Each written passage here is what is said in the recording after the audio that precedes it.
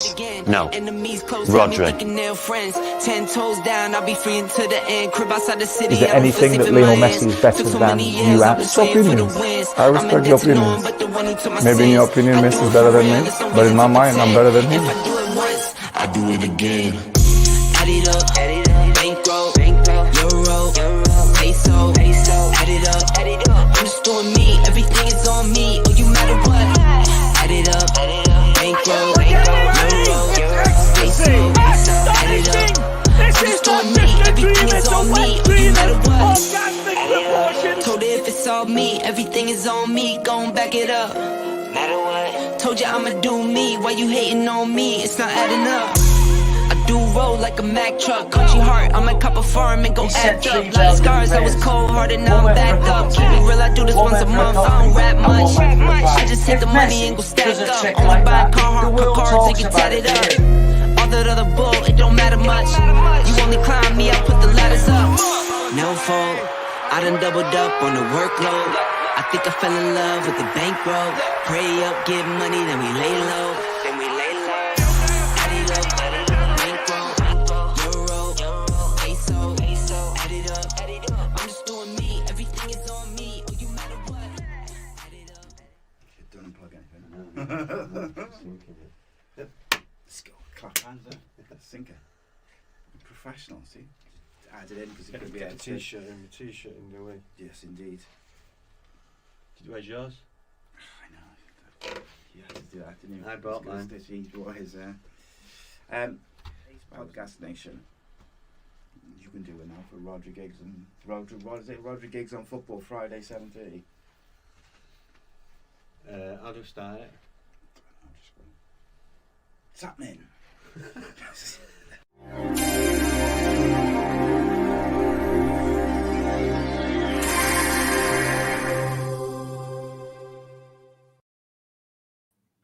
Yes, guys, I'm Si. Welcome to Ace Podcast Nation, the home of Rhodri Giggs on football. This is episode number 12. As of course, we're live on YouTube, Facebook, and Twitter.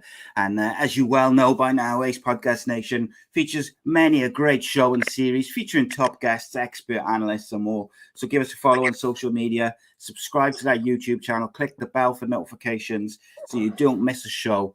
And of course, got a new series of My Story launching next Wednesday. It's going to be a cracker. But if you prefer your podcast in audio form, then you can find all of our shows, including Rhodri Giggs and Football, including My Story, at the Sports Social Podcast Network, the UK's first dedicated podcast network. And you can find this show and all the others at www.sport-social.co.uk. So just as we wait for a few of the late comers. Do you know that off by heart? Are you reading off the script there?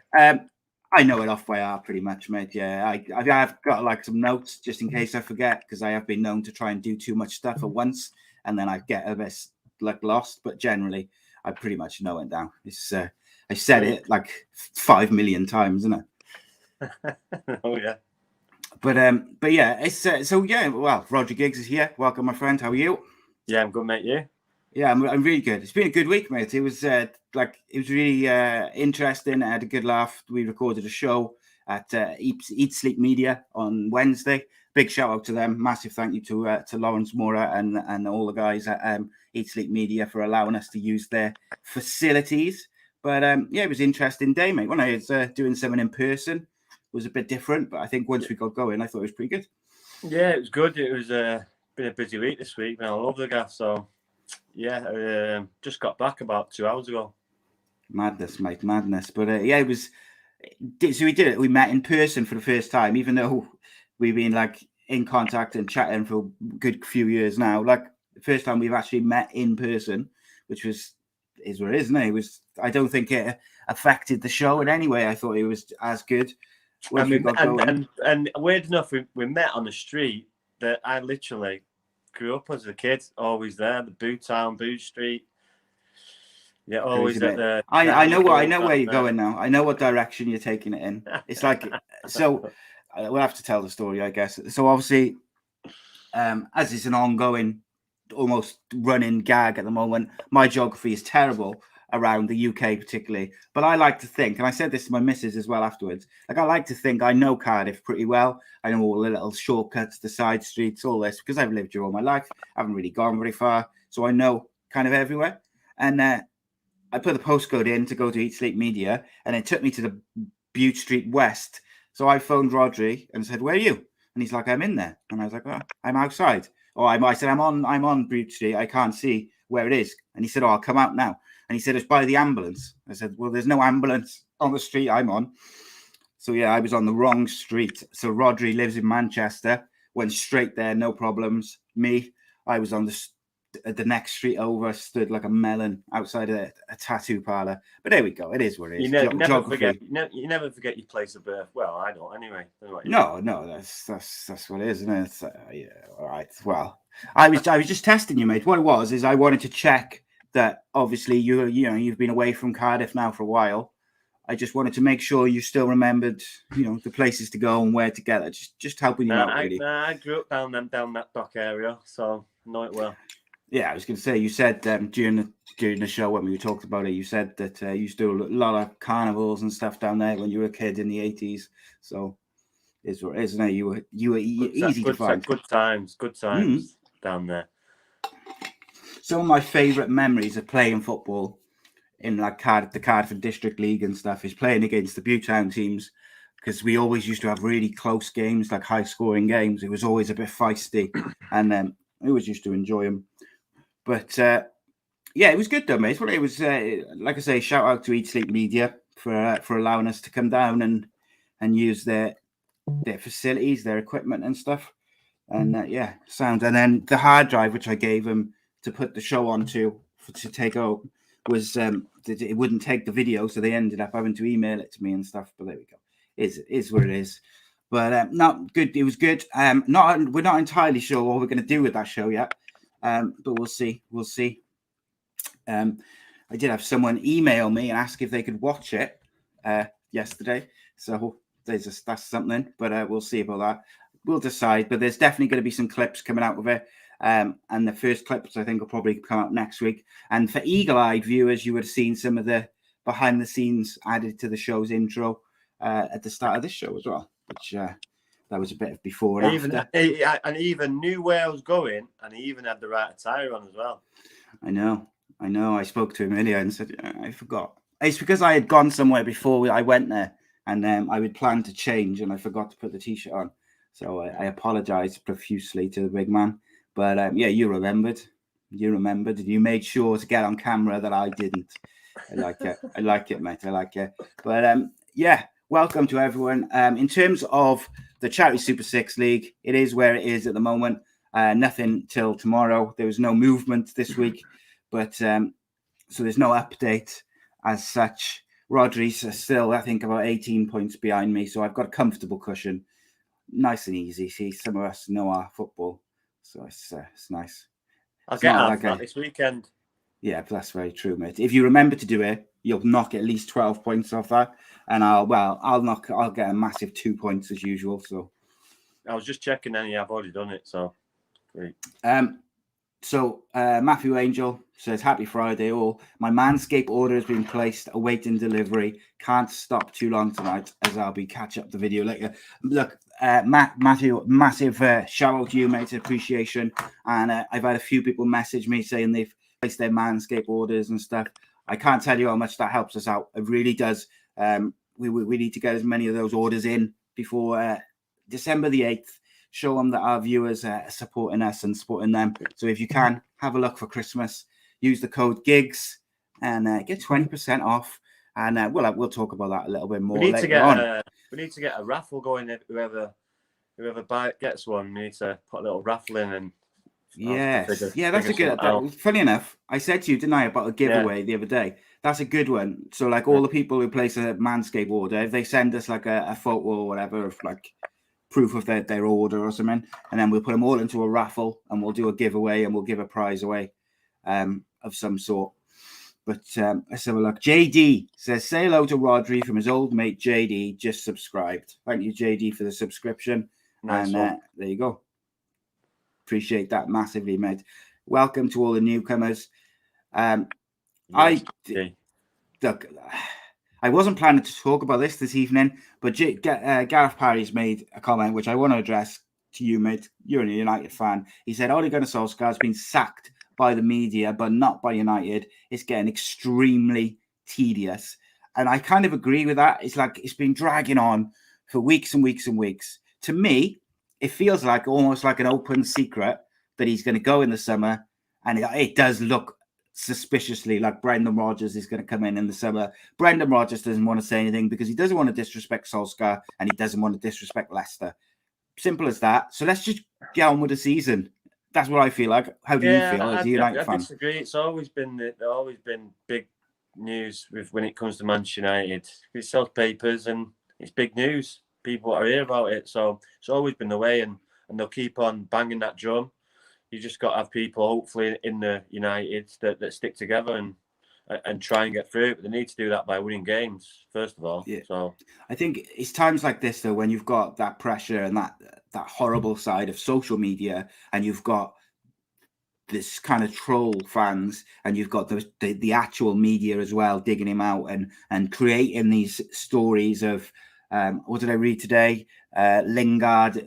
So, like someone had said, Lingard had posted something in a West Ham top, but actually he hadn't. He had shared West Ham United's post on Instagram or something like that, and it was all a bit confusing. But it's very clear, kind of like how some tabloids will use anything to twist, what's going on and stuff like that. And I don't like it.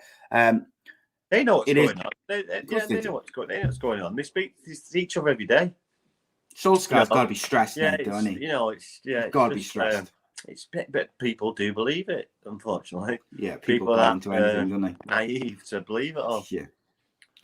Christopher Paul Barnett says, any more adverts, Rhodri? The one you made a couple of years ago was brilliant, tongue-in-cheek. You going to make any more?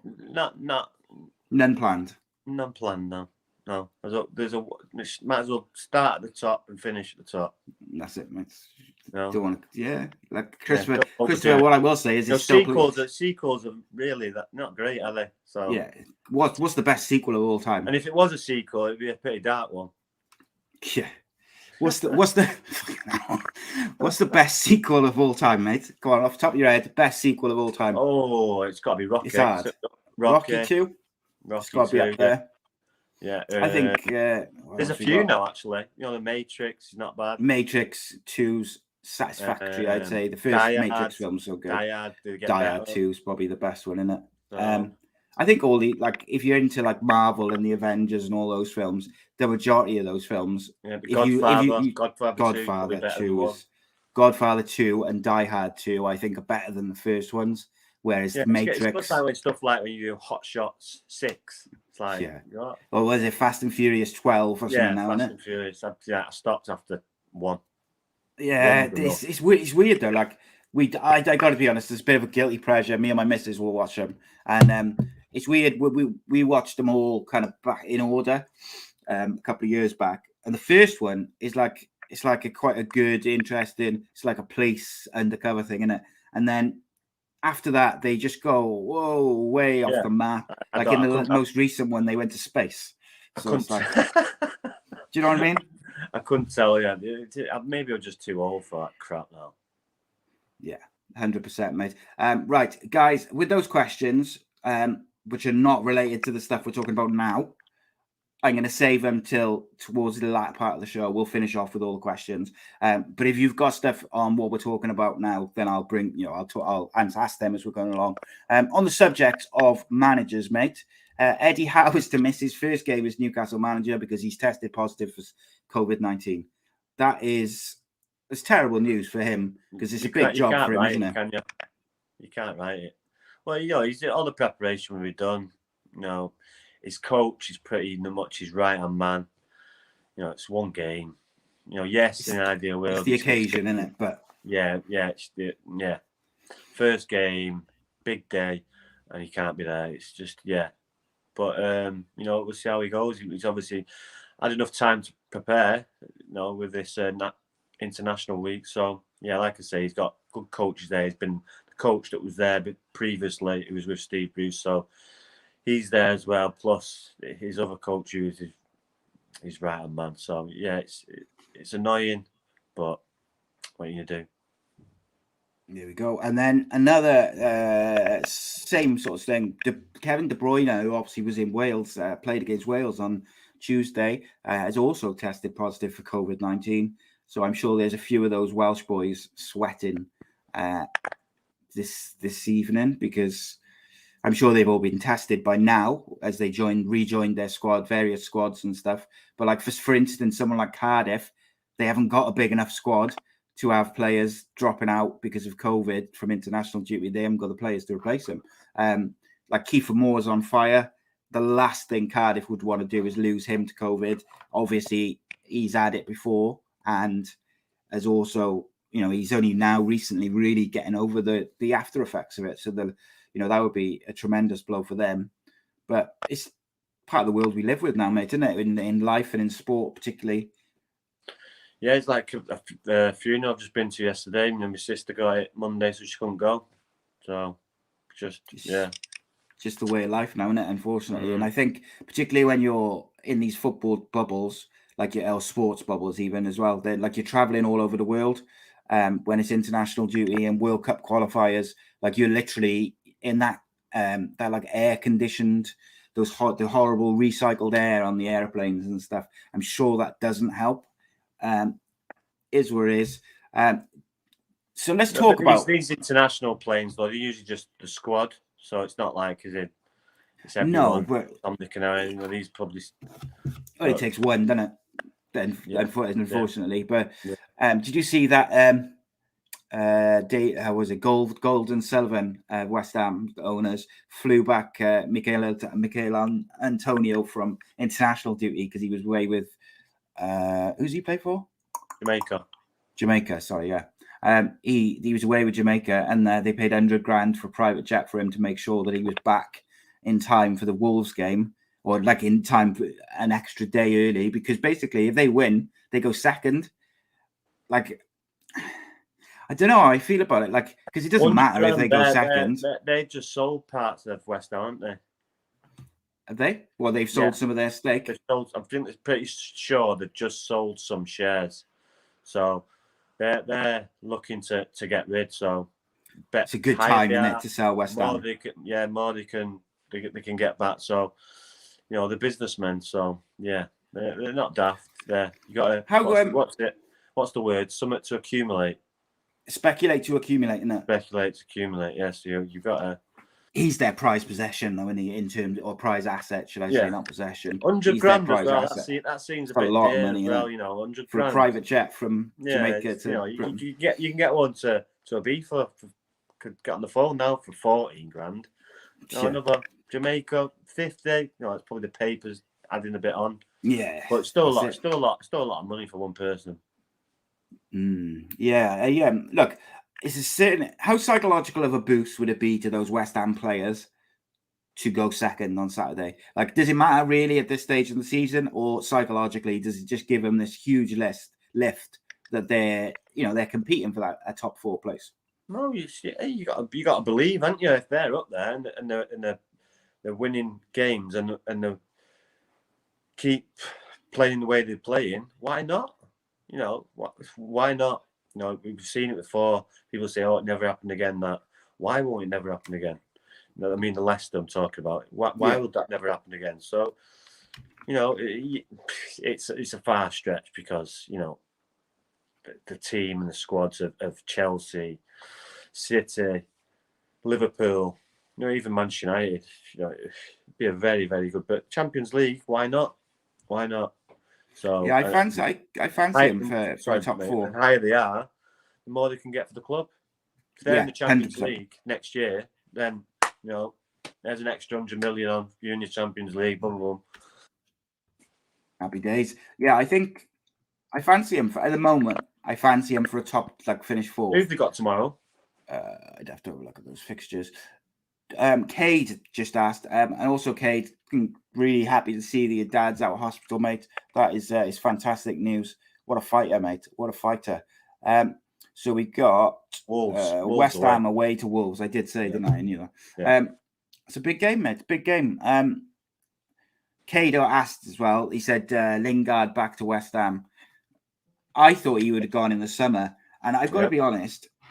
There was another story in the papers that he's one of the ones who is particularly pissed off with Solskjr because he was told that if he'd get a chance. And look, those fringe players, he hasn't been those fringe players. I mean, apart from with Lingard, there was like 3 little cameos in a week or 2 weeks where he made the mistake in the Champions League, which cost him a goal in the last minute. But then he followed that up with a great goal to win a game, and then a great assist the following game. But he never got the start on the back of those cameos, and he hasn't really played since, even off the bench, maybe a few minutes here and there.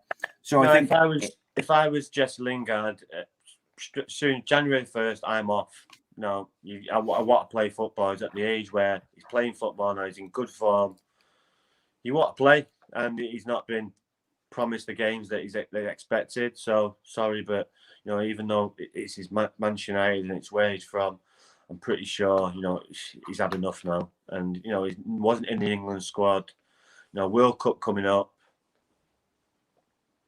Yeah, I can't blame him, mate. To be honest, because I can't either. When you look at the players who've been not performing, he deserves at least a chance. I think De Bruyne, Van de Beek as well. I think can be a bit annoyed that he hasn't got a couple of starts in there, just because United haven't been good. So of course they think they should be at least given a chance. So with Lingard, how's it work, mate? So he's out of contract in the summer. Can he sign a pre-contract with anyone in January, or is it only clubs outside the Premier League? No, anyone after January. So he could sign a pre-contract with West Ham. I think he probably will. Reece says, just say, we'll give you 4 million now. Yeah. Or something like that, or whatever.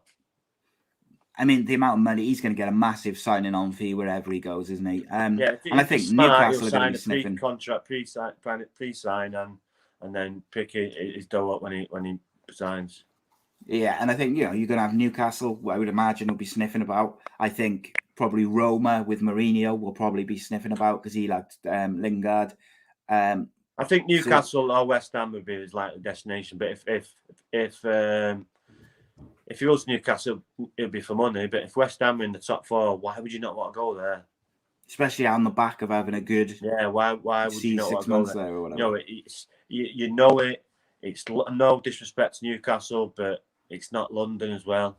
London's a big draw. It's totally different than Newcastle. I've said it before and I'll say it again. Newcastle is freezing, especially this time of year. It's freezing. Lovely place, but in the winter, penguins are crying their eyes out. It's that cold. It's freezing. Reece says, he says, I saw that Lingard rejected a new offer from United, and he's also stopped negotiations on the new contract because he doesn't see the point because they're not playing him. But Reece said he posted an image of him celebrating with a West Ham kit on Insta. Looks like he's set to sign a pre-contract with them. So Reece, I'm just going to correct you slightly there, mate, and that's what I was referring to. What happened was West Ham posted his goal that he scored against Wolves. I think it was against Wolves last year, but they posted a goal, a last minute winner that he scored last year for them in like a flashback on social media and on Instagram stories. He then shared it to his story, the image of him doing his thing and in a West Ham shirt. But what he was doing was just sharing the story of his, like the video of his goal. But I think people kind of took it, and then the story came out today that he'd stopped negotiating.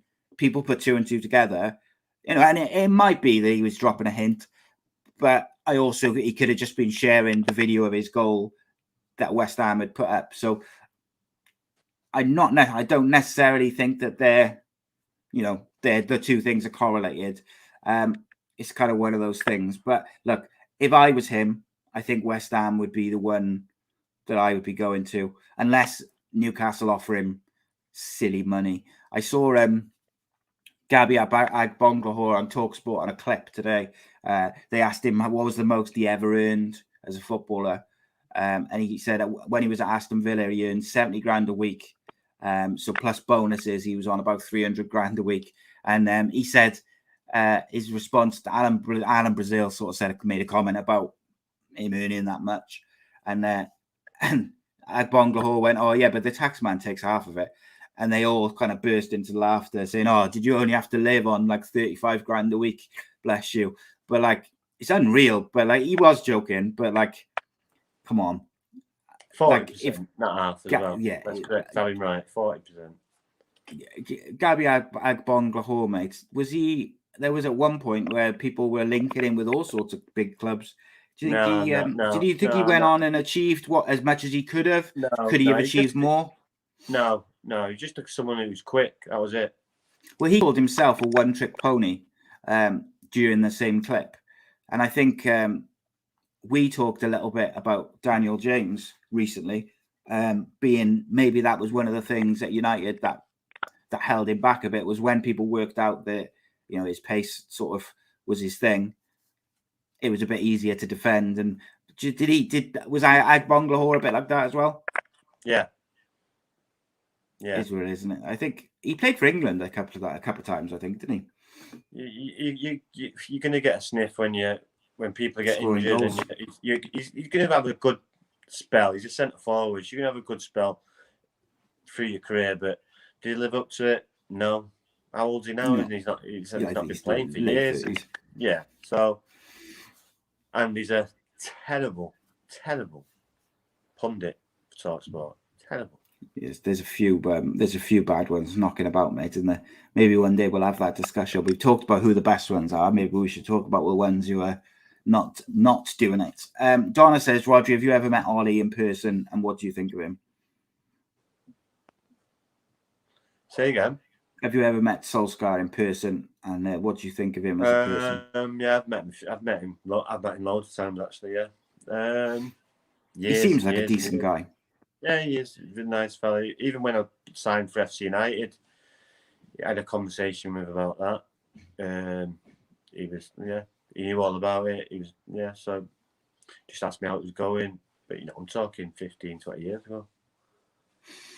Yeah, he's under pressure. I think he like you've said many a time, whoever and whenever at United, you're always under pressure. But it is that kind of like that point now where it's going to go one of two ways. I do genuinely hope he can see out the season, because I think he comes across as quite a nice, honest guy, and I think there can be no doubt he's doing the best job he can, and I think he's done. You know, he's taken them further than they were. So I just hope he can see out the season, and then he can walk away with his head held high, then, can't he? Instead of being sacked and kind of, because I think if he leaves in the summer. Or I'll put this to you.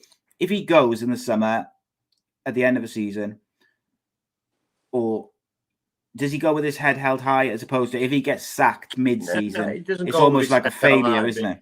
He doesn't go with his head held high. It depends if he's won anything. You know, he was in a lot of prime positions to win everything. Not everything, but some things. Semi-final, the year before, the last year, finals and getting beat. You know, there's a trend there, and he needs to get it the other way, where, you know, you get used to winning.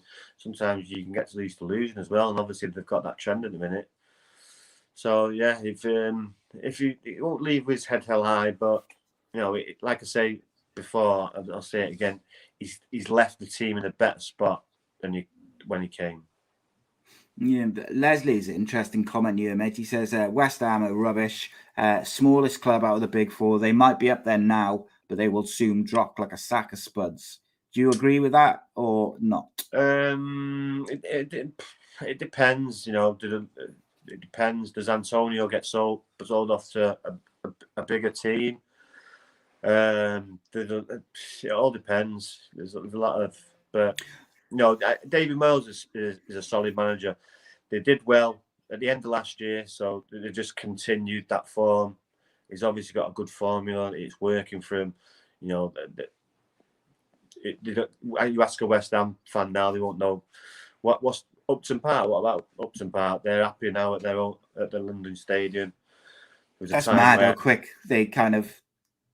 And that's switching but just before the pandemic, where there was arguing, there was fighting against the board, and now everything's rosy. It's amazing what wins do, isn't it? Yeah, well, people forget, don't they? Once you're winning, the pain eases. I wanted to talk a little bit about the games from the international week. Who stood out for you more than anything? So I'm going to start. We'll start with the least important game in terms of what the games meant in terms of results. England stuck 10 on San Marino. Harry Kane scored 4. Is Harry Kane back? Playing against someone who works in a garage. Come on. Does it give him a confidence to kickstart his season, though, scoring 4, regardless of opposition? Yes, it does. Yeah, it does. And that's why he would have wanted to play, isn't it? Yeah, because they would normally rest him. It's only good for his confidence. Yes, it's only San Marino, but it's still an international football. To get 4 goals, to get 48 goals for England, sharing with Gary Lineker, it's no mean feat. So, but I'll stress it. Albania and San Marino, who they got weekend? Yeah. It's very true, mate. Yeah. Who they got weekend? Tottenham. Tottenham have got their Sunday. Leeds United. So, yeah, they'd be a lot tougher there. It's at home though, so you'd expect them to get a result. So I'm looking forward to see what Conte does with them there, because it's going to be a total switch round. You're not going to see not many people walking there. They're going to be, going to be full on. Yeah, it's going to be interesting, isn't it, to see those players now for Conte, how much extra they put in, as opposed to how much. Well, some of them, but by all accounts, they're in training twice a day, sometimes 3 times a day. So, yeah, it's full on. Interesting. Here's a question which I really like. Rob Boyle says, "Do you think FC United of Manchester would beat San Marino?" That's a really interesting hypothetical. I think it'd be a good game. In my team, they would give them a good game. Trust me. Who was playing when you played? It was. Were you a starter? Yeah. Well, they just come into the league, and he asked me to sign for him. But I was with like 4 or 5 leagues above them in a good team, and we'd just come short of winning the league. So I said no, but I wanted to see, if it was genuine and it viable. And it continued. But then they won the league by a canter, which was like a dog and duck league. Then they got into North West Counties first. But I won that league with my team, like was 4 or 5 leagues above him. So then obviously the mate of mine was the manager. So I went for the second league, and we won the league with about 4 or 5 games to go. And I was only there a year though. Then I had an argument with the manager at pre-season, and I left. You were gone. Gone. So Reece says there's only one team in San Marino that are allowed to play in the Italian league system. So therefore, every other San Marino football team is at amateur level, which I think puts it in perspective, doesn't it? That these aren't a lot of them are not professional footballers. No, they're all part-time footballers. And so Harry Kane should be scoring 4 against them. He's supposedly one of the best strikers in the world. Yeah. He should be scoring 4. They should be putting 10 on him. Yeah, you see it in the FA Cup when Premier League teams play. Usually it's a leveler when it's at their pitch, and it's like a and they rest a few players. Dog patch, and it's minging. That's what levels it up a bit. But you get a non-league team playing at Man United, it's tearing them apart. Is a shout for you then. New San Marino manager Mick McCarthy. He'll get them winning. No, they've lost what? I think 300 odd games. Yeah, they haven't won for years, have they? Yeah, they beat England once, though, didn't they? I seem to remember San Marino beating them 1-0. No, they scored in the first minute. I thought they won years ago. I'm sure they beat England 1-0. No, mate. Must have dreamt it, mate. It's a part-time non-league. They can beat England. They scored in the first minute. I remember Stuart Pearce back pass, and they scored, and then England beat them 5-1 or something. Come on. So have San Marino ever won a game of football at international level? I don't think so. Have they ever won a game? They must have won one against some other sort of minnow. I There don't know. But... There's no other parts. there you are. They've won one game in 2004. They beat Liechtenstein 1-0. There you go. We haven't beat England, have they? Yeah. Did they draw with England? Oh, Simon, listen. I must have imagined it. I'm convinced. They've only even scored one goal against them. One goal. Mandela effect, that is, mate. Mandela effect, that is. I'm misremembering. But yeah, they've won a game against Liechtenstein. They've only scored one goal against England. I remember watching it. Stuart Pearce was back pass, and he was a short back pass, and the kid's gone in and scored. In the first minute, literally the first kick from the kickoff. Yeah. Jesus. Yeah, look, I hope, it's in my opinion, because I saw a few people, not Roy Keane, by the way, but a few people saying now, because they put 10 on them instead of the usual 4 or 5, that makes it this incredible performance. And I'm like, no, they should be putting 10 on them. These are Premier League footballers, Champions League footballers. These players, they should be putting 10 on a team like San Marino's full of part-time players. When you see them beating 4 or 5, that means they've just gone down to like first game and just going through the motions. Where this England team was just like, we're just going to see how many goals we get. They all wanted to score, and none of them down tools. No, just to see it out. They just thought, let's see how many we can get. How many times you can say you went 10-0? Not many teams. And most teams, though, when they get to 5, they start to ease off. But ruthless teams, and that's what you want, is ruthless, and that's what they were. Just, you shouldn't even be playing against us. 10-0, get off. You are not going to like this comment, which is why I'm going to say it to you. Rob Boyle, loyal follower and watcher, says, I feel like Rhodri is more of an English fan than a Welsh fan.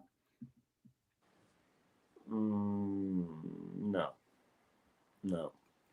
I know that not to be true, because I know you're a proud Welshman and stuff. But there we are. Well, comment is there. We're going to get to Wales now. Jesus, give us a chance, isn't it? England, we're working through. I don't watch England anymore. I only watch them in the tournaments because I watch elder games. But no, you won't see me jumping up and down when they score. Yeah. Scotland, mate. What did you make of them? They've made their playoffs. Jumping down in Scotland score. I like Scotland. Yeah. Who stood out for you for Scotland more than in the games? Did you watch the full game or did you just see the highlights? No, highlights. Gilmore's looked good when I've seen him. Always does well for Scotland. They'll miss Robinson. When he plays, he plays well. Tierney as well. So they've got some good players. But McTominay always plays well for Scotland. And then they've got McGinn. He always looks good in the highlights for Villa. So they've got some good players there now. I saw the extended highlights of the Denmark game because I was fascinated. Denmark's a decent side as well. We talked about Denmark on Friday in Scotland, and we just said if Scotland could somehow pull off a victory, it's at home, just get that 3 points to get the playoff place. And they went and outplayed Denmark for large portions of the games. And look, Che Adams was phenomenal. Did not stop running for the whole game. Chased down everything. And then when he got that goal in the 86th minute, which really, gave him the 2-0 cushion, was quite a moment, mate, to be honest, because, again, Denmark full of Champions League footballers, Kasper Schmeichel in goal, who I regard as, he's one of the better keepers in Europe. He's up there. John McGinn, phenomenal. Same as Liam Cooper. But Che Adams, mate, unreal. Honestly, if he performs like that week in, week out for his club side, if he performs like that week in, week out for Scotland, then I wouldn't be surprised to see him get a big move sometime because he was that good. But I don't watch enough of him to say whether that's a regular occurrence or whether it is more the big occasion. He was proud to play for Scotland. They knew they needed 3 points and he just worked his balls off. But he's only 25, see? Let's have a look. He started his career in the non-league before going to Sheffield United, Birmingham City.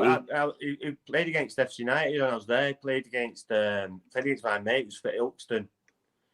He was at Yeah, Ilkeston. he plays for Ilkeston because he moved from Ilkeston after scoring 9 in 40 to Sheffield United, scored 11 in 47. And then for Birmingham City, he played 116 games, scored 34 goals, which is not too bad. And then he got a move to Southampton, where he's played 74 games, scored 14. He's made a couple of appearances for England under 20s before he went and alleged his allegiance to Scotland. But I'm going to keep a close eye on him, mate, for Southampton. No, it's good for Scotland as well because he ran the channels. When they're under pressure and they break out, he's got good pace.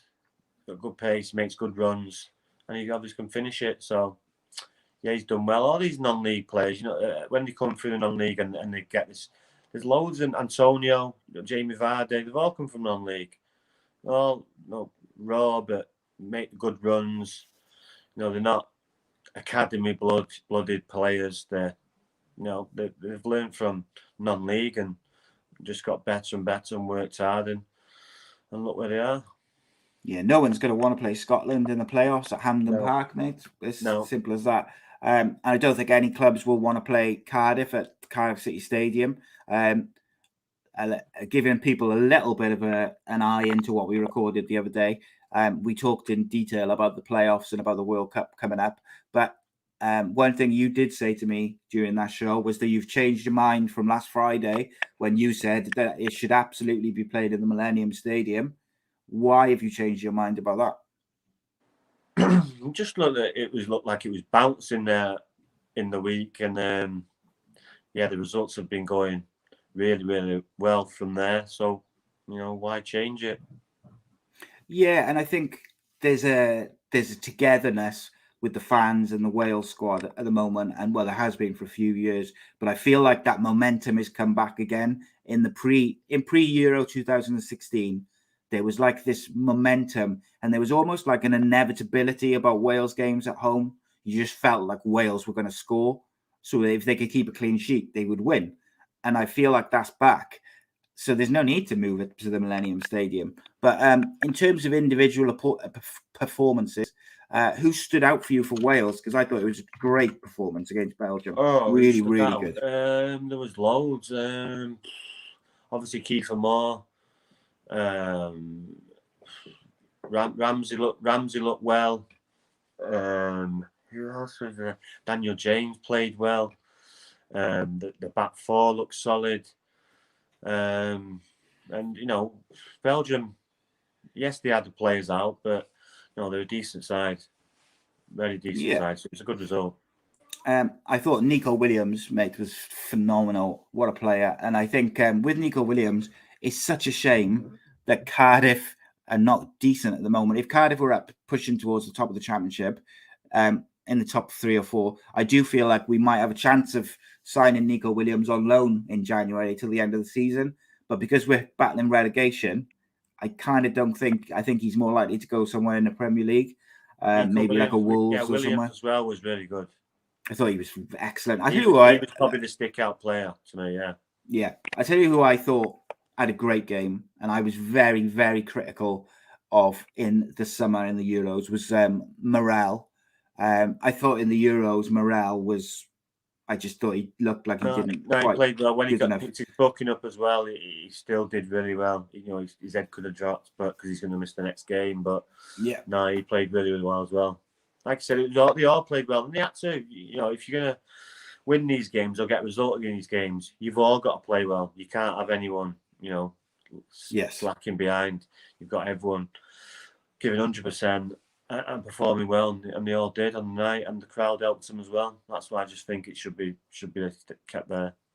I like Page's tactics with the 5 at the back and the 4 in midfield, because what it does is it frees Aaron Ramsey up, because Joe Allen will just sit all day long in front of that defence, and he did what a job, by the way. He did it like I think he's 33 or 34. Joe Allen man marked De Bruyne out of the game apart from the goal. Just thought he was excellent, Joe Allen. But what the tactics and the formation do from Page is Ramsey can play his natural game, which he hasn't always been able to do at club level, because managers don't always see him as the the best player in the team or the focal point. But for Wales, he is that focal point, especially when Gareth Bale is out. And I just thought tactically was perfect for him.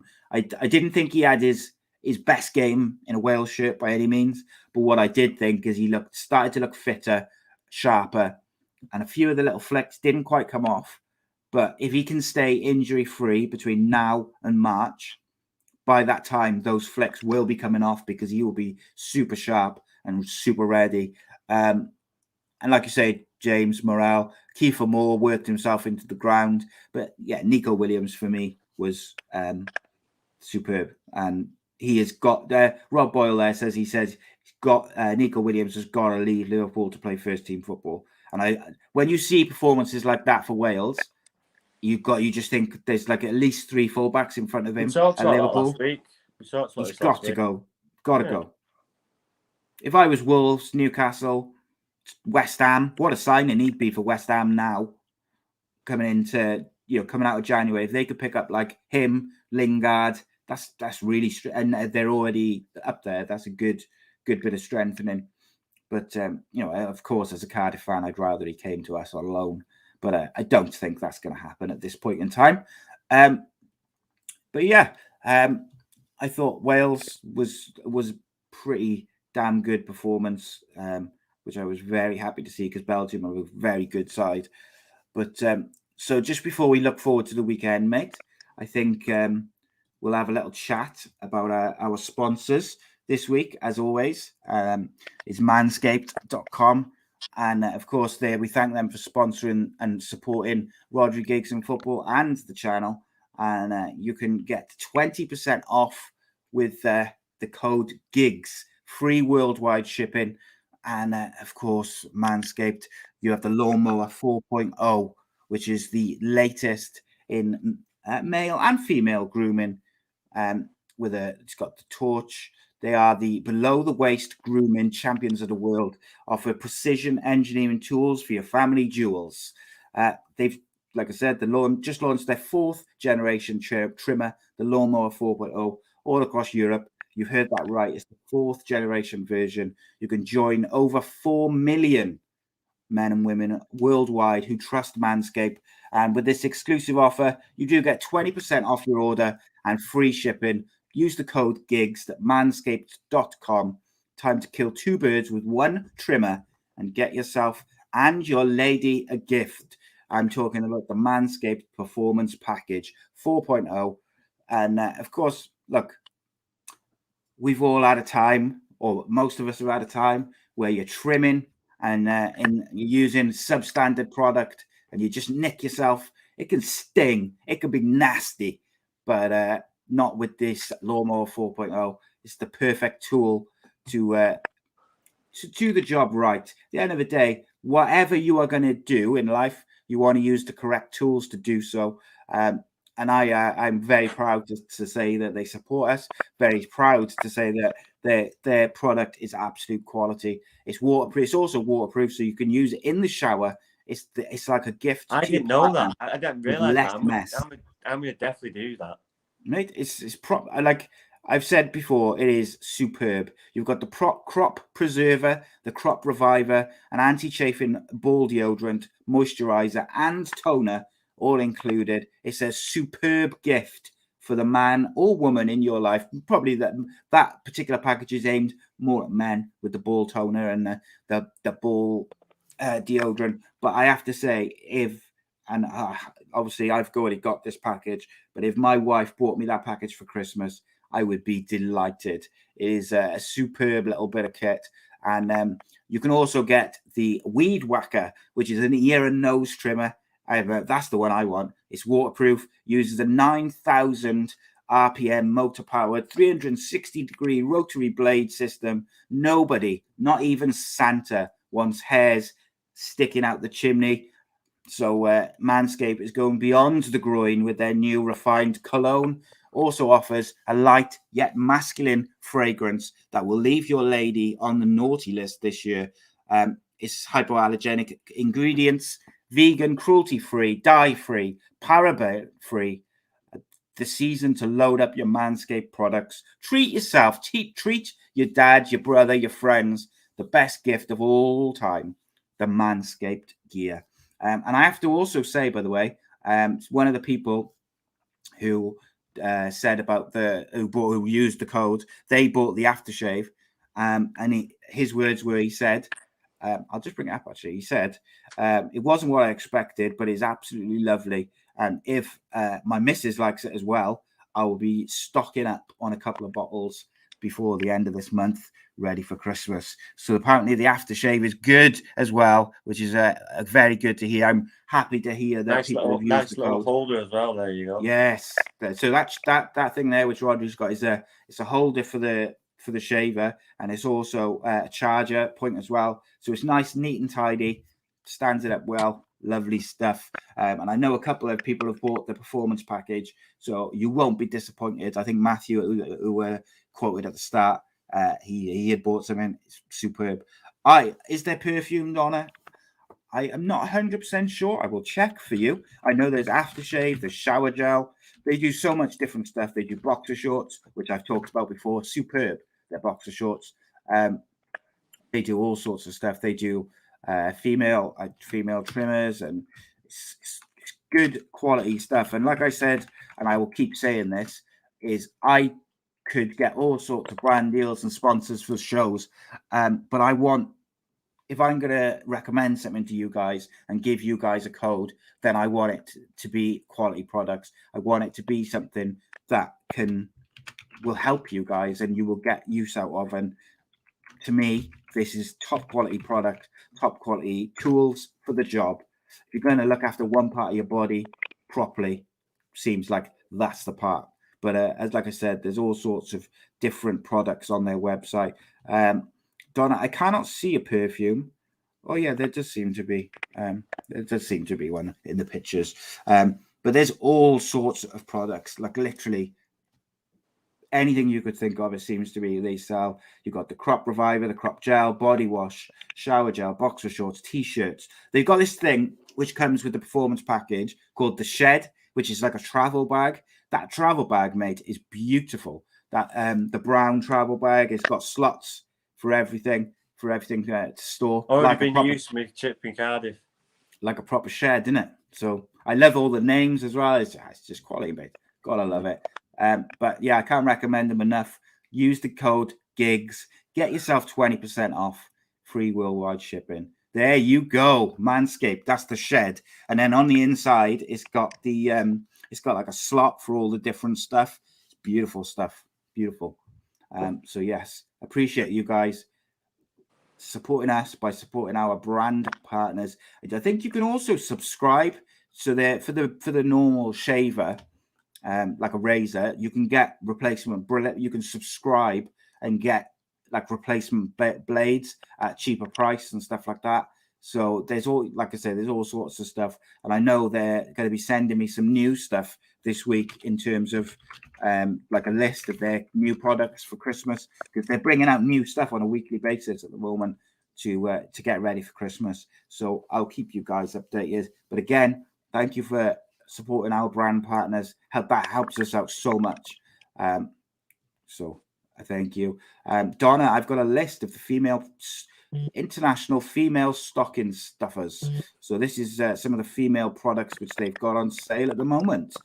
You've got 4-piece nail luxury shears kit, the crop mops, wipes for her, the toner for the females. You've got the signature perfume and cologne, as well as the shavers and all the different stuff. And like I said, it's all vegan, cruelty-free, dye-free, sulfate-free, paraben-free. So you know you're only getting the best.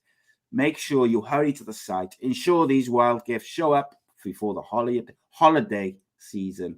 Thank you very much to manscaped.com.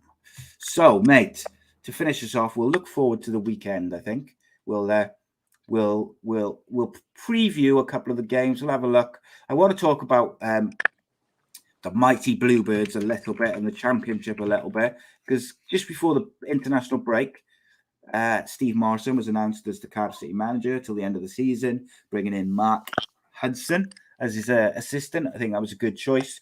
But they did pick up a victory. And, they beat Huddersfield 2-1. But ultimately, this is going to be a big period for Morrison and Hudson. Coming into Christmas, there's going to be a lot of games. So now's the time to really kick on and get a couple of wins, because they are still down near the relegation zone. What does everyone think in the chat? How do you think Cardiff will do? But it's an important period for Cardiff now, mate, isn't it? They're coming into Christmas. They need to pick up a couple of wins, because over Christmas, Championship in particular, anyone could beat anyone. So if you've got like 4 or 5 games in a small period, there's a good chance that there might be a couple of losses, a couple of wins. So it's important to go in there in a bit of form. Yeah, well, they're going into good form, so they just need to keep that going. 11 games in 5 weeks, mate. They've got. Pardon? 11. Cardiff have 11 games in 5 weeks. Yeah, it's a lot of games. It's a lot of games. What's that? It's over 2 a week, isn't it? Well, one week they're going to have to play 3 a week. So, yeah, it's a lot of games, especially when you've got a small squad. So, just hopefully everyone's fit and keeps fit, and that's the main thing. Because if you lose players, then you've got no chance. Yes, that's that. Keep players fit. Don't get banned, etc. Yeah, so I'm excited though.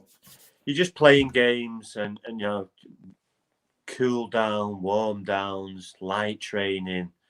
That's all it is now. It's just reserve the body and make sure you eat the right stuff, drink the right stuff, and just be a lot of stretching and swimming and yeah. So with that, when a team knows they got 11 games in 5 weeks, do they ease off in training a little bit to try and protect their bodies a bit? You have to. You just limit it. So what would they switch to a more tactical training sessions? Would they and preparing for their opponents that way rather than maybe just go through it walking pace as long as you're on the training pitch or as long as you're on the pitch, then no contact and stuff like that. Yeah, and just reserving the body. You're playing 11 games in 5 weeks. Then there's Christmas coming up when the games come in thick and fast. So yeah, it's all about. Sorry, mate. I literally just thought something then when you were talking. When you got 11 games in 5 weeks, every team is in the Championship, Premier League particularly. They've got they've got teams, haven't they, who go to each opponent and study them and watch videos and all that sort of stuff. If you've got that many games in a week, you've got a day to go from one team to the next team in terms of seeing who the danger men are, how they play, their tactics, stuff like that. They haven't got much time to really study, the players. I mean, they haven't got a lot of time to go through that sort of stuff. No, you don't. But it's a day's enough to identify who the danger men are. Ultimately, all you're worried about is how you play. Not about someone else. So yes, you need to, cross the T's and dot the I's, but you've got to more worry about yourself.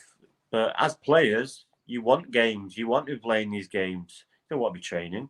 You want to be playing football games. So as players, it's what you want. But if you've got a coach, you got playing 3 games a week, and then you're doing an hour and a half training sessions. You're not going to last 2 minutes. So, yeah, you just got to look after your body. But, yeah, with the analysing that you don't need long to really. But like I say, you need to worry about yourself. If you're performing, that take out a lot of things. Indeed. I think, so Leslie asked us to give him a prediction for Middlesbrough versus Millwall at the weekend. That's going to be a tough one for Middlesbrough because Millwall are up in 9th, doing all right. 3-1 Middlesbrough. Oof. New manager in there. Chris Wilder's in there, isn't he? Chris Wilder got a full week with him. Couple of weeks. Yeah. 3-1, home win. I'm going to go, 2-1 Middlesbrough. What about the Cardiff game, mate? How do you see that going? Who they got? Prediction. Preston, 3:00. At Cardiff? Yeah, I know, at Preston. Ooh. It's a big game. Preston at like 4-5 points ahead of Cardiff.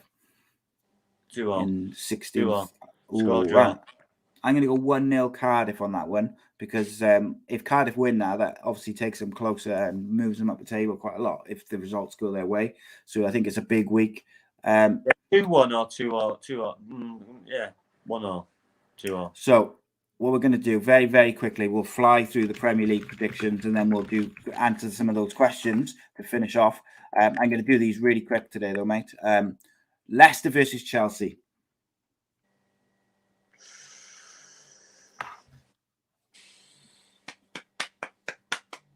Lukaku back. Not sure. I think he might be still struggling. See if there's anything. No, it doesn't seem to be anything about him being back yet. The last thing I saw was that he wasn't going to be back. 2-1 Leicester. Yeah, I'm going to go 2-2 for that one. And guys, let us know your predictions in the chat as well, just as we do this. And then we're going to get some questions to finish off. Aston Villa versus Brighton. Villa at home. I'm going to go with 1-0 to Villa. Steven Gerrard's first game in charge. Even though Brighton are having a great season, there's going to be a bit of a feel-good factor for me for Villa. I'm going to go 1-0 Villa.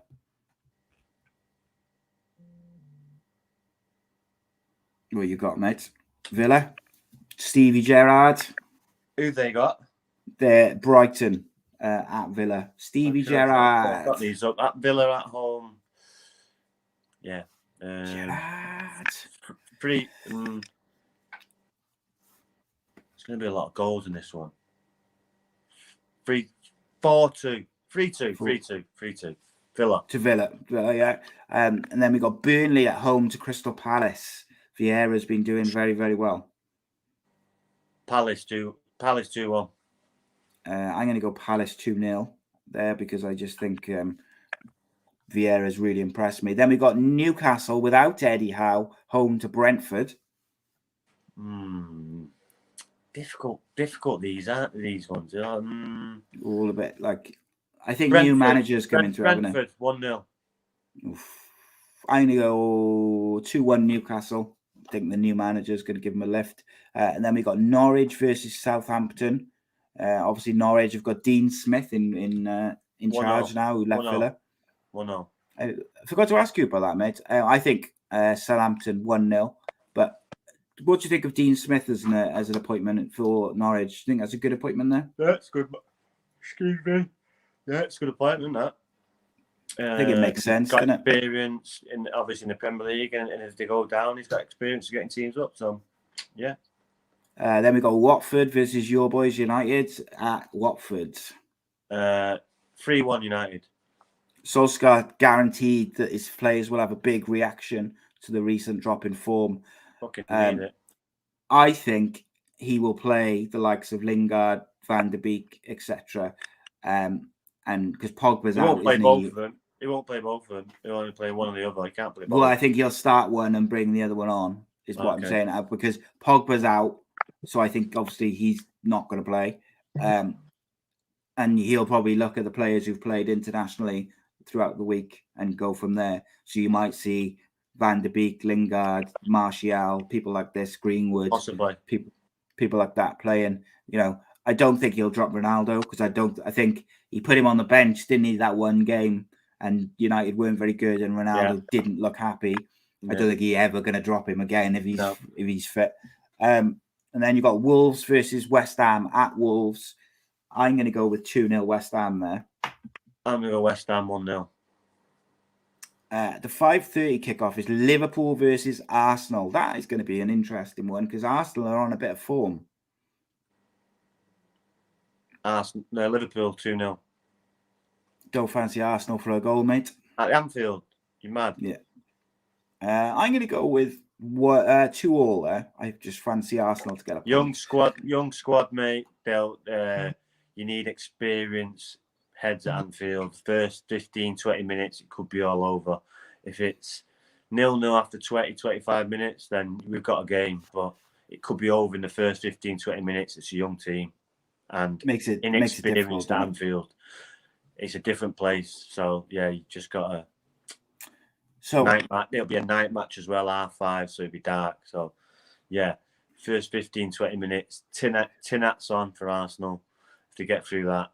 Arsenal won 4. They've won 4 on the bounce. Haven't conceded a goal for 3 games. I'll reiterate, it's at Anfield. It's a different ball game. I was just seeing who they've played.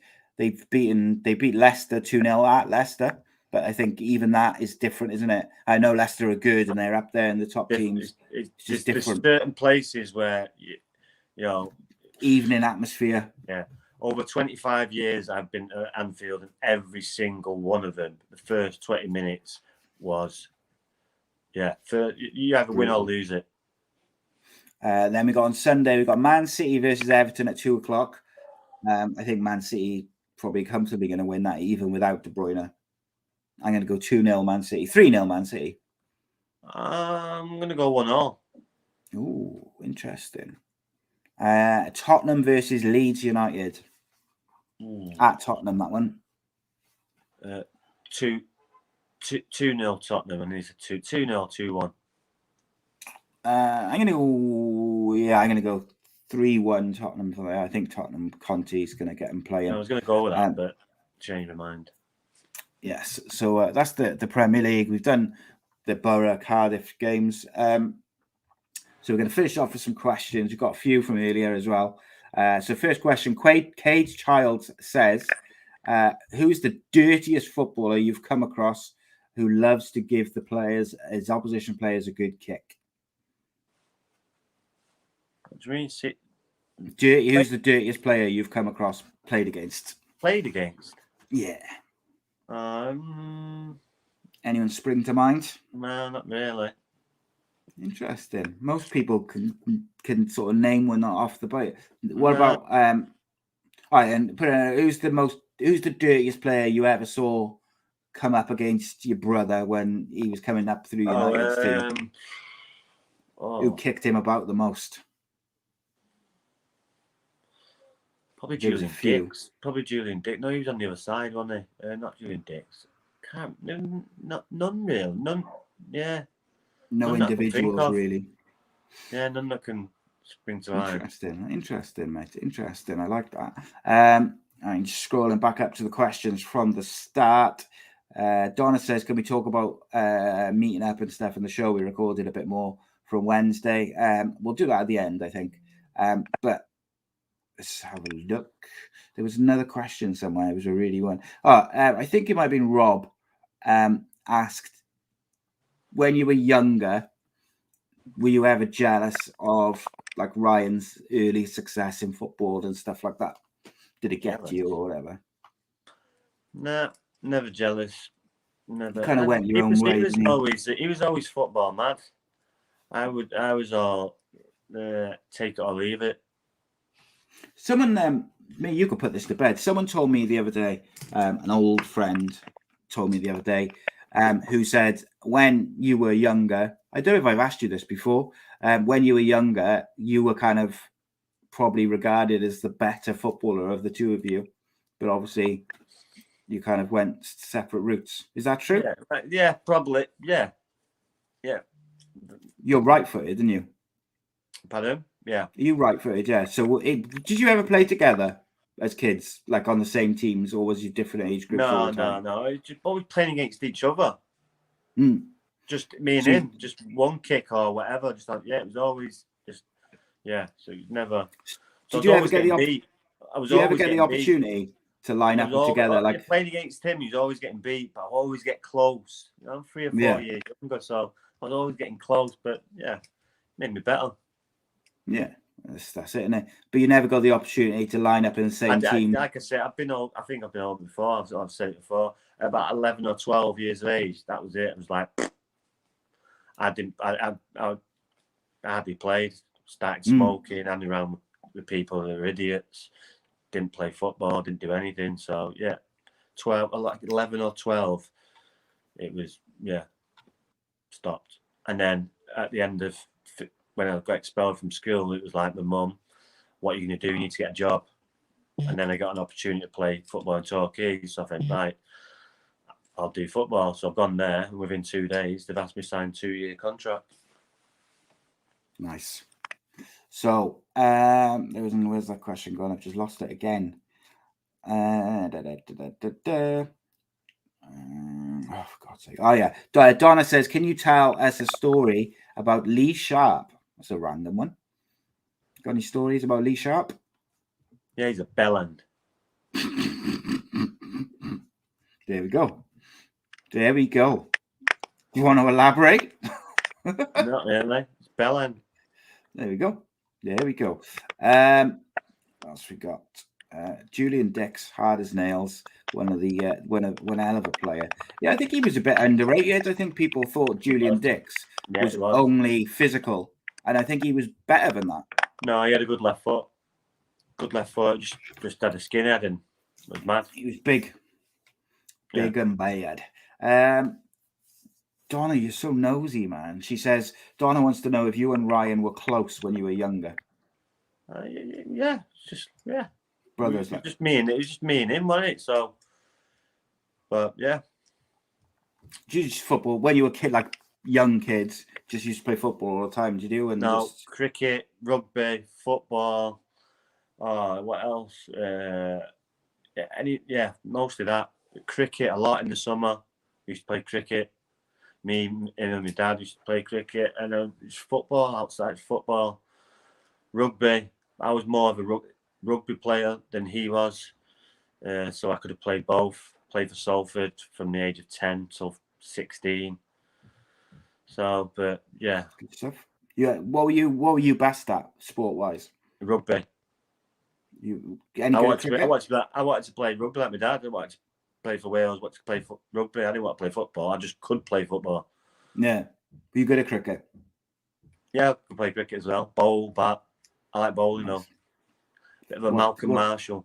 Medium to fast. Bouncers. Yeah. What about Ryan? Was he good at anything else other than football? No, yeah, he played rugby as well, but he was on the wing. Well,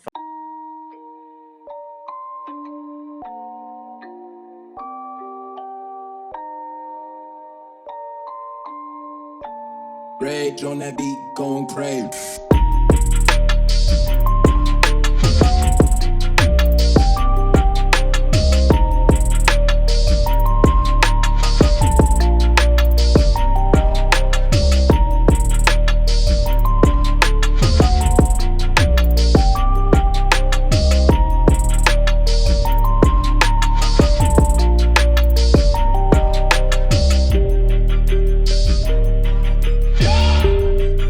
And I think you said last week. Last night in Mischiefs near the down the docks. No, Mischiefs. Where's that to? I recognise the name. They're literally round the corner from where we was. From where we were, yeah. Yeah. Like, I had a couple in there after, did you? And after the funeral yesterday. Yeah. Pretty sure someone will know where Mischiefs is.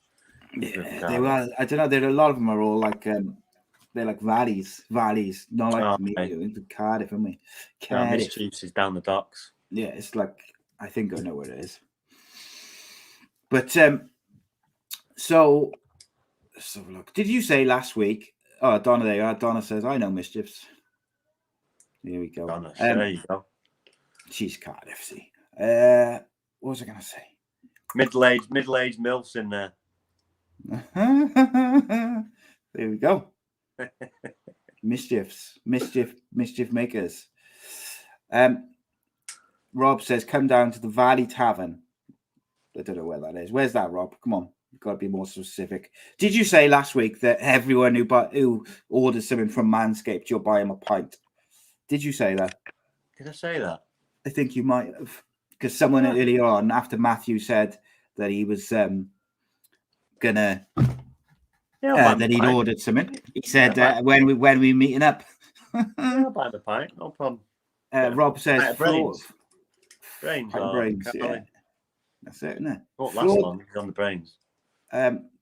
So the Valley Tavern is in Fleur de Lis. I have no idea where that is. Do you know where this place is? I'm probably pronouncing it wrong. No. Fleur de Lis. I have no idea where that is. No.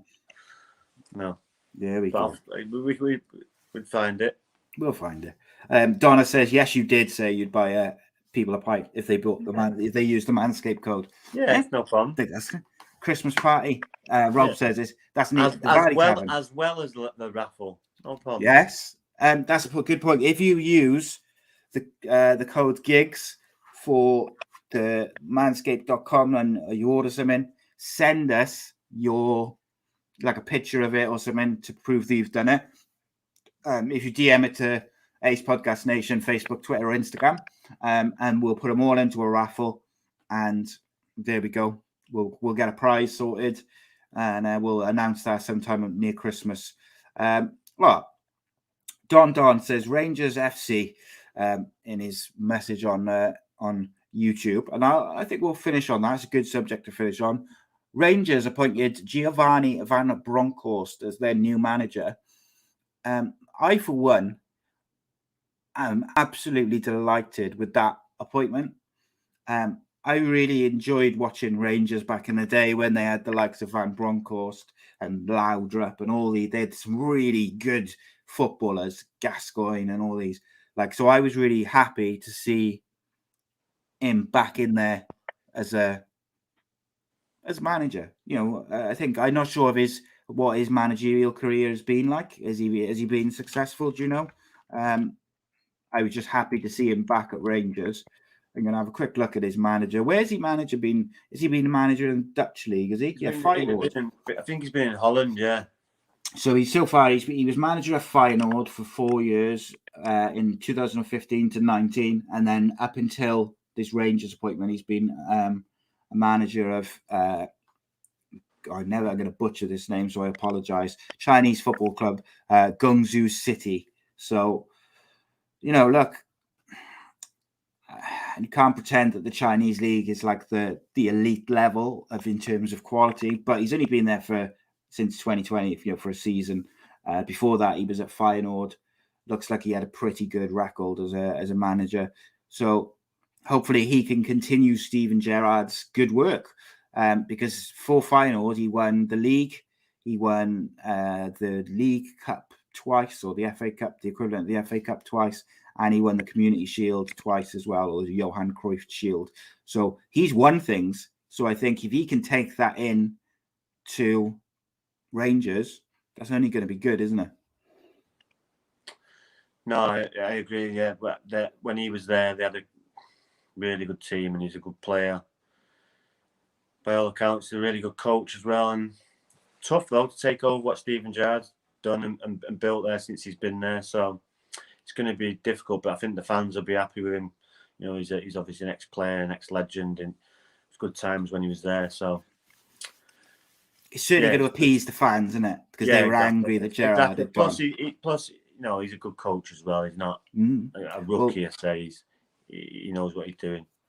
Reese just said there, it's a bit of a long one to put on the screen. He said that Van Bronckhorst won Feyenoord's first league title for many, many years in Holland. Yeah, but then they sold 3 key players from underneath him. He still stayed, won a domestic cup, but then he left because they kept selling players basically under him. He's very highly thought of, plays 4-3-3. Obviously, he's an ex-Rangers player. Great appointment for the club, the City. Delighted to see that, mate. I've got to be honest. And I wish more clubs would take a risk on these young managers. There's managers out there, not just in Britain, around Europe. These ex-footballers, they're managing football clubs around the world. Let's get them in for the big jobs instead of constantly turning to the same guys over and over again. And Donna wanted us to talk about Tuesday in the show we did. Not necessarily the show, but just the meeting up and stuff. I don't know what there is to say, really. In terms of the show, I don't want to say too much about it because we're going to put it out at a later date. I've watched bits of it back. I thought it was very good. I think the quality is very good in it. And one thing I would say, mate, is obviously the subjects we discussed are quite varied, but I think I watched the bits about the World Cup particularly back. And I put me and you talking about that up in a studio up against anything you see on TV or hear on the radio, mate. I thought it was quality, and it was a lot of fun as well. But I don't know, what do you think, mate? Yeah, it was a pretty good show, and it was So Donna asked me the other day on there when I put a picture up of us in the studio. She said, "Oh, like, how did you get on?" And someone else that, like, did you have the same chemistry that you have over the StreamYard or whatever on a Friday? And I thought, well, I think so. I thought like it was the same as normal, wasn't it? It was good, thought it was pretty good. She had a giggle, and I don't know. It is what it is. There's not much else. I don't know what else we can say without going into detail about what we talked about, if that makes sense. Oh, it's just the same, really. Just in the same room, to be honest. I do think it's better. I would say I do think it's better being in the same room. No, 100%. And I think agree. We both came out of there saying the same thing. Let's do some more like that, whether it's in Cardiff or I come to Manchester. Let's do some more. And I think that was the one thing which probably came from it, was that we will do more. No, I agree. Yeah, like I say, I've got that studio that you can come to any time. So yeah, so I think I'd like to think by early next year that we'll be doing a couple a month from your studio, or one in Manchester, one in Cardiff, sort of, a couple of months. I'd like to think that that's where we'll be. The one thing which holds me back from traveling is my health, but we'll do it. You lot are so nosy. So Donna says, are we going to do a live show, like with an audience and stuff? That's something which I want to do next year, is do a show with Rhodri, with Kev, with Andy, with the various people who I do shows with, and do like some sort of live show with you guys and the audience. It is something which I'm going to do next year. I want to do. It fell through a bit this year because of Andy got the borough job and stuff, but I think it's definitely something that I'd look to do. Would you be up for that, mate? Yeah, definitely. Yeah. Good man. And last question. Garen Cole says, what's the latest on Andy? I spoke to Andy in the week. Look, the Middlesbrough job is taking up all his time. It is what it is. The door will always be open for him to come back and do the championship show or whatever. But at the moment, it is where it is. So we've got to move, and we've got to move on and keep producing content. Me and Rhodri got loads of ideas for different shows, for content and stuff like that. So we're going to keep doing that. And if other people want to get involved, then we'll have a look at that and we'll see, won't we? But I think Gaz, I think it was asked, are we going to start having more guests on a Friday? I don't know. What do you think, mate? Yeah, we could do.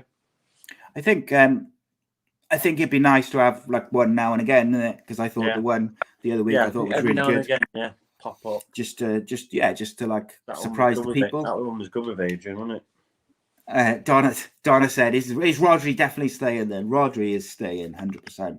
I've signed him up for a 15-year ironclad contract. He's never allowed to go anywhere ever again. No, you're staying, mate, aren't you? Yeah. Staying. Right, not staying anymore, though. We're going now. We'll be back, or I'll be back on Sunday for an all-new fight show. I'll also be back Monday. My story drops next Wednesday. First guest is Cullen Mace of the Central Club in a special 2-part episode. I urge you to check that out because his story is a wild one. He's come back from heroin addiction, jail, and a whole lot more. And he's doing some amazing things within the community to help other people, help the homeless, help people with addiction problems, as well as doing the Central Club podcast, which is awesome. So yeah, check that out. Next Wednesday, that'll be dropping, but I'll be back on Sunday live. Me and Rhodri will be back next Friday. He said Wednesday. And look out for clips from our show in the studio.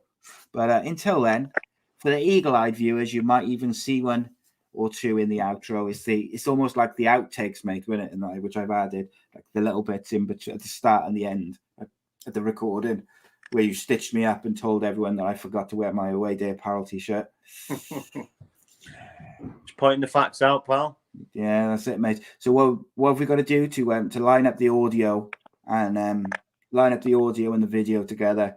You've got to clap like that, and then we got it sorted. Done. Nice one, guys. See you next week. Cheers, Rod. Giggs. G-I-G-G-S. No. Rhodri. Is there anything that Lionel Messi is better than you at? It's opinions. I respect your opinions. Maybe in your opinion Messi is better than me, but in my mind I'm better than him. I do it again. Add it up, bankroll, euro, peso, add it up. I'm just doing me, everything is on me. Oh, you matter what? Add it up, bankroll, euro, peso, add it up. I'm just doing me, everything is on me. Oh, you matter what? Told her if it's all me, everything is on me. Gon' back it up. Matter what? Told you I'ma do me. Why you hating on me? It's not adding up. I do roll like a Mack truck. Country heart, I might cop a farm and go act up. Like scars, I was cold hearted, now I'm back up. Keep it real, I do this once a month. I don't rap much. I just hit the money and go stack up. Only buy Carhartt cards and get tatted up. All that other bull, it don't matter much. You only climb me, I put the ladders up. No fault, I done doubled up on the workload. I think I fell in love with the bankroll. Pray up, get money, then we lay low.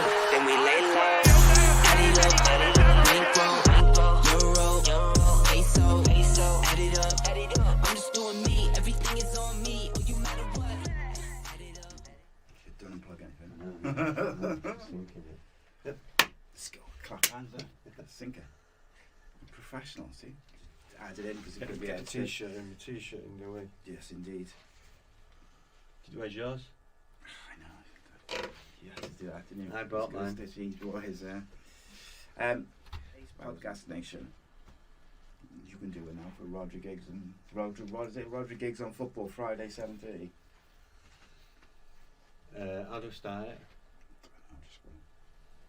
It's happening.